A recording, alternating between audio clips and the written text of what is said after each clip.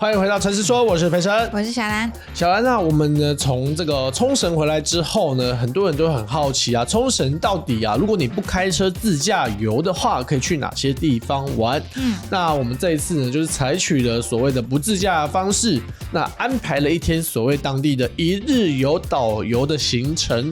那这个是在 KKday 上面，或者 Agoda 或 Trip.com 上面，你就可以找到相关的这个行程贩售。那我们这一次呢，因为想去的点呢，有这个美丽海水族馆，没错，所以呢，我们就找了一个，他刚好会去到美丽海，而且呢，也会途经啊，小兰很有兴趣的这个美国村，所以我们就安排了这个一日游，它总共有4个点。那我们今天就来分享我们买这个套装组合呢，那我们体验下来的一些心得。你到冲绳呢，这些一日游呢，会让你集合上车的地方，要么就是现听前的这个流茂百货，而且非常明显就是在那个国际通的外面。对，然后其实你就是在那个 Blue Seal， 就是它的一个冰淇淋店的门口，就看到很多人在那边等待一日游行程的导游或司机啊，而且大家会拿那个旗子在那边集合。上了车之后呢，那个时间点大部分都落在8点半到8点45分集合。接下来他们会到第2个这个接送点，那就是 DFS。DFS 是什么呢？就是当地非常有名的免税中心啦，一个百货公司。在这2点集合之后，我们就前往第1个站点，叫万座毛。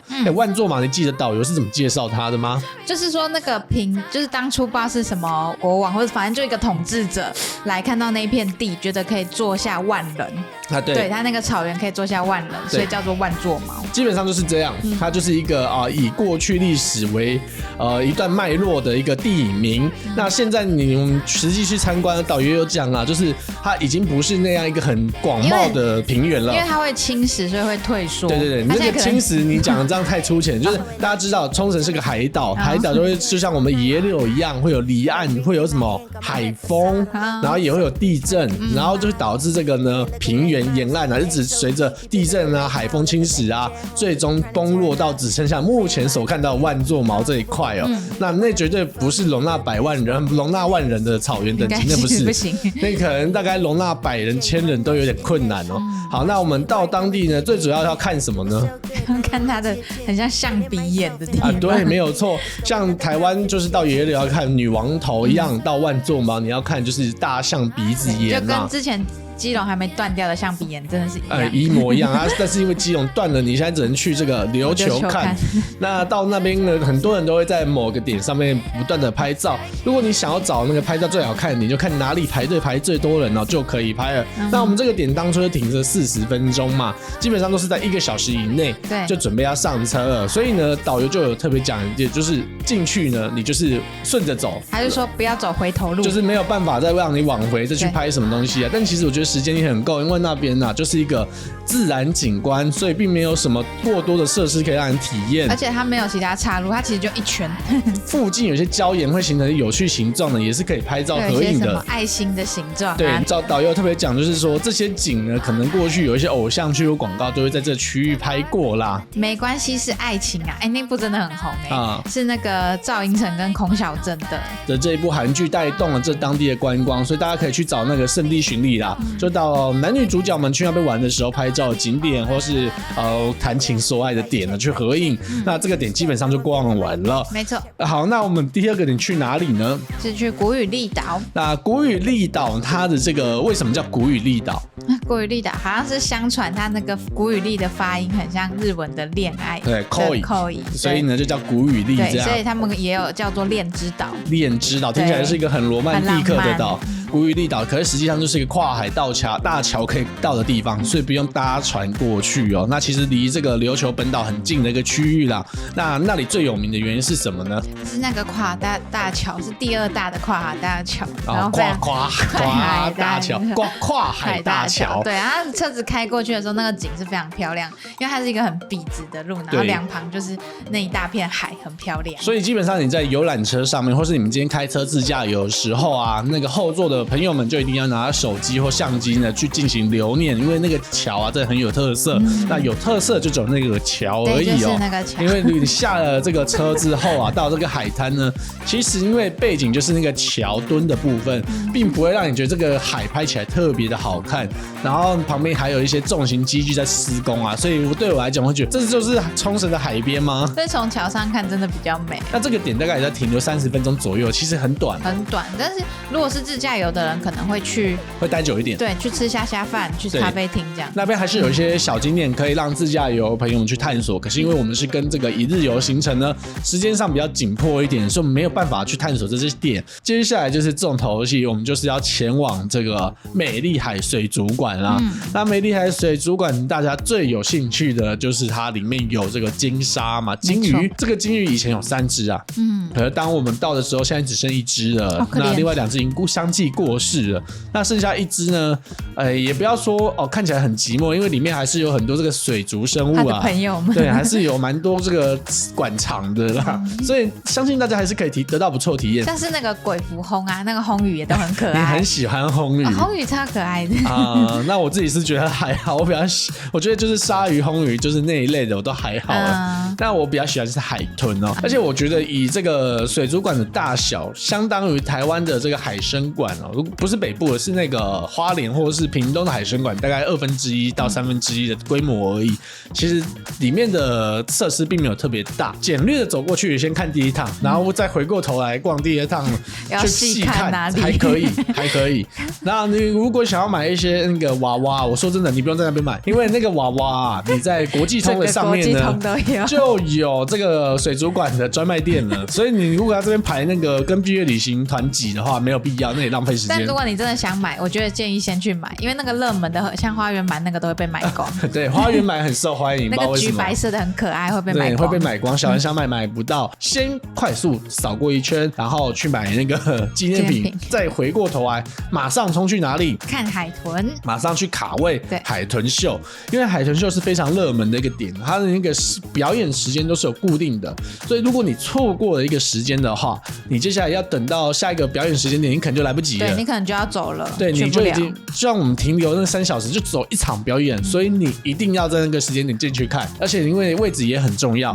像我们运气非常好，过去的时候其实已经9分满了，其实超满的。我想说应该看不到，但我们还是有卡到2个很靠前的位置啦，所以呢还是有体验非常好。那海豚秀我觉得是非常好看，虽然很多人会说海豚秀是一个非常虐待动物的一个表演行程，不推荐也不鼓励。但是呢，我觉得见到那边他们当地有，你就去欣赏，其实倒也不是一个坏事。而且他们近年好像也是就很推广，就是不强迫海豚，就是都很让他们算是自由啦。对，而且他们可能是更愿意在那边表演的海豚，他可能放野外，他可能也想到为什么要回去。他们已经没有像过去我们会看到一些很特殊的表演，什么穿过呼啦圈那种类型，现在都是比较快乐奔放，在玩球，比较像玩耍，就像是你喂食秀这样子。对，因为像是海豚玩耍秀，不像是以前那种有特技的，或是有海豹顶球那种，基本上没有。但是有一些趣味性的表演，也有互动。当然呢，也是有收费环节的。因为你今天想要跟海豚拍照互动的话呢，只要他表演结束后呢，就有一个阿伯呢拿着收费的明细过来拍照。要拍照你们都不可以自己拍，你要请他来帮你拍留念照那就是收费，那也不算贵，大概1500吧。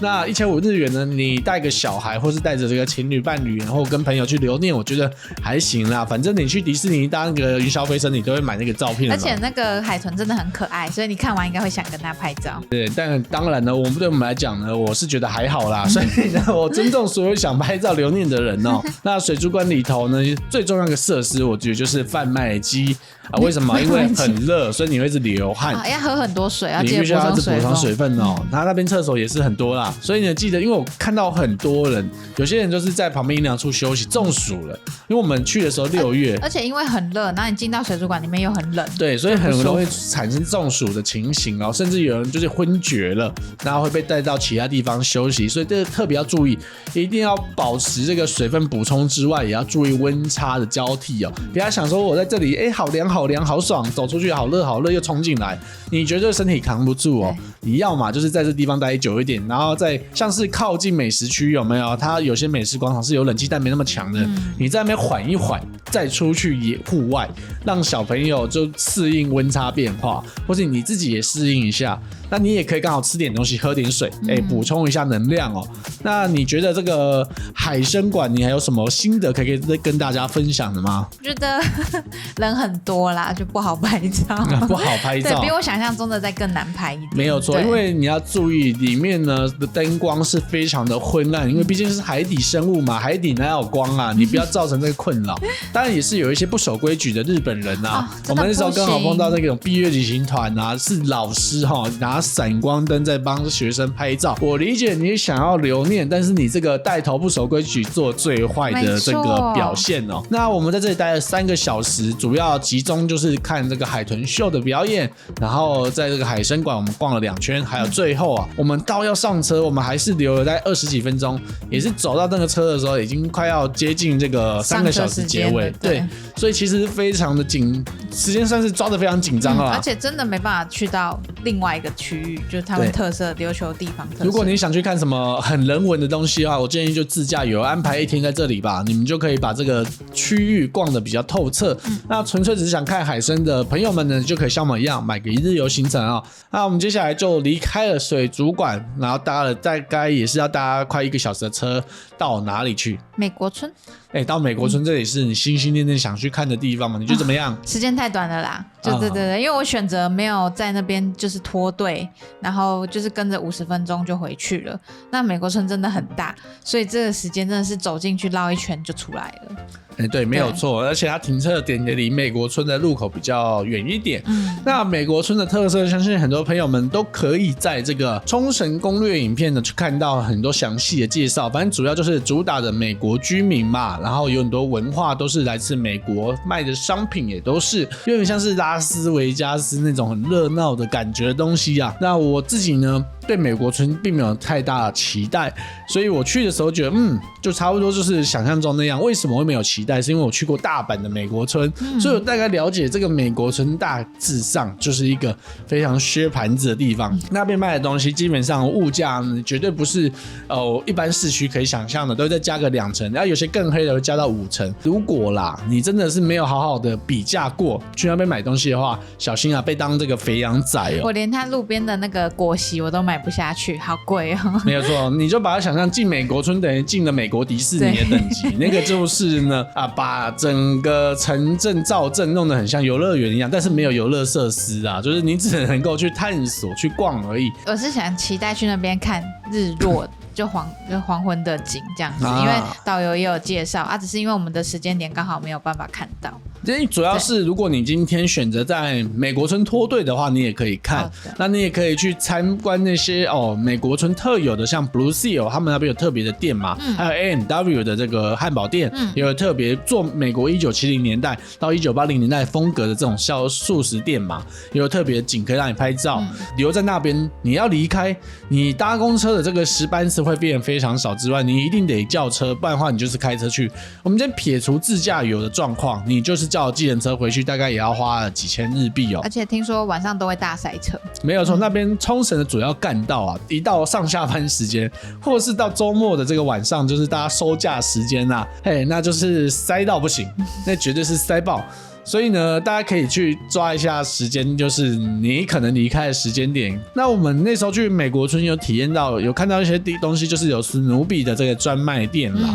那边卖的东西很少我觉得品项非常少。对，也没有欧拉夫。对，角色很少之外，主要就是以史努比为主，个人为主。对，然后卖一些比较海滩风格的。那老实讲，那些衣服或是 T 恤，你要回台湾，你根本就不会穿，那材质也没有特别好因为我不是忠实粉丝那可能真的要很忠实的人才会想买。那倒是真的那里面的东西呢，不管吃喝拉撒都要钱，都不便宜就是了。而且我找不到超商好远对，他把超商全部离开你才会在那边买那些东西不是连个饮料都觉得我买不下去。对，那边的价格真的就是会让人望之而却步。你知道冲绳的很多国际通上面都已经让我觉得比东京再贵一点了。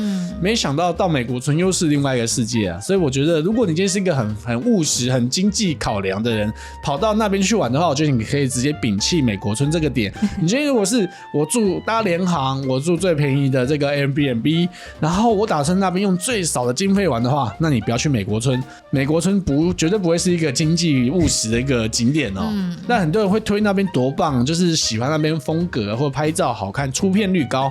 对了，但我觉得不是所有人都有这个拍照需求的嘛。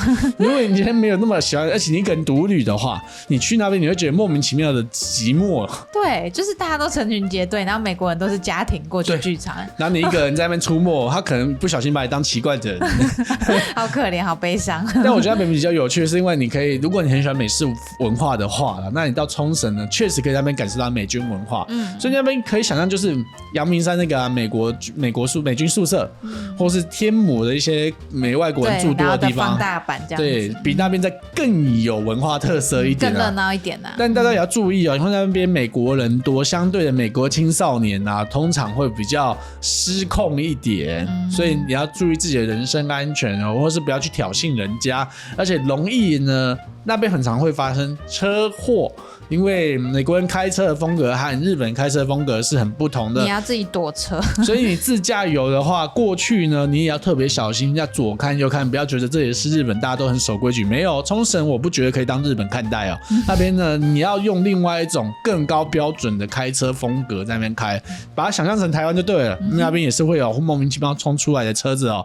好，那走完这4个一日游行程，那你觉得这一趟值得吗？我们总共花费是1400块钱左右一个人，所以2个人总共是2800块钱，包含了就是上车接驳，然后还有以上4个点的所有门票。说门票其实就只有一个点需要2个点要门票啊，慢坐毛100块，那个是那个观光料金，就是维护金啦。然后再就是美丽海水族馆，对，水族馆会团票，他们会比较便宜。好，那你觉得这1400花的值得吗？这新台币？我觉得值得啊，因为我的目标就是去美丽海水族馆，就其他其实他就是付给我的，我就接受这样子。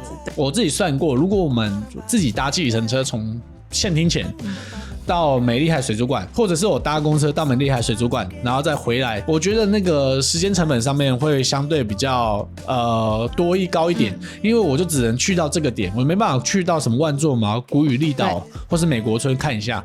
所以我觉得综合考量，这个一日游行程 CP 值还是非常高的，而且我觉得很适合第一次去的，对，因为你可以去看一次这些点一次，对，你之后再去冲绳，你就会大概有个概念，然后你就可以知道哪些地方可以不用去，你想去或不想去，那你有可能就可以去探索北岛啊，或者是南岛，反正你就是可以选择这些热门景点之外的地方。那再来是什么？因为有导游，所以你会觉得熟门熟路的有人介绍，你也不无聊。而且我还真的能多知道一些事情。对，因为像我们可能没有做功课去的话，你会觉得这个地方就是看起来没有特别需要去的一个地方嘛，那自己感觉也没有什么好拍照的点啊。那导游其实都会分享说哪里可以去，然后哪些像去美丽海最重要的是你要抓紧时间排到这个海豚表演秀，那也会告诉你说，什么时间点一定要去。那在那之前如果没排到的话，你就可以赶快放弃去别的地方逛了。那你这个策略呢，就会因为他给你的建议呢，得到很充分的准备。对，就是一个现场给你攻略。对，没有错。所以也因此呢，你就算懒得看那个地图呢，你因为他的攻略，你还是知道怎么做。到这里呢，如果有更多的大家想知道的讯息或资料的话，可以自己用 ChatGPT 去找哦。因为毕竟我们不是什么冲绳旅行社，我也不知道哦。那你就不用特别在底下留言问我们，那你们就直接去找那些认真的冲绳达人 YouTuber 或者是 ChatGPT， 他也回答你。但我们自己会给这个行程，我觉得大概给他3.5颗星，就是我觉得你今天到冲绳玩的话，这个大概就是3.5颗星的等级，满分5分的话啦，那你会给多少？4分吧，因为我觉得我有看到我想要看的啊，然后他也让我在车上很凉很舒服睡觉，没有错啊。所以呢，大家可以呢，分享一下你有没有报过这种旅行社的这个方案，那你觉得怎么样？给多少分？可以在底下留言告诉我们。那我们每个礼拜最重要的事情要干嘛？小兰要点赞、订阅、加分享。每个礼拜准时更新影片。我是培生，我是小兰，我们下次见，拜拜，拜拜。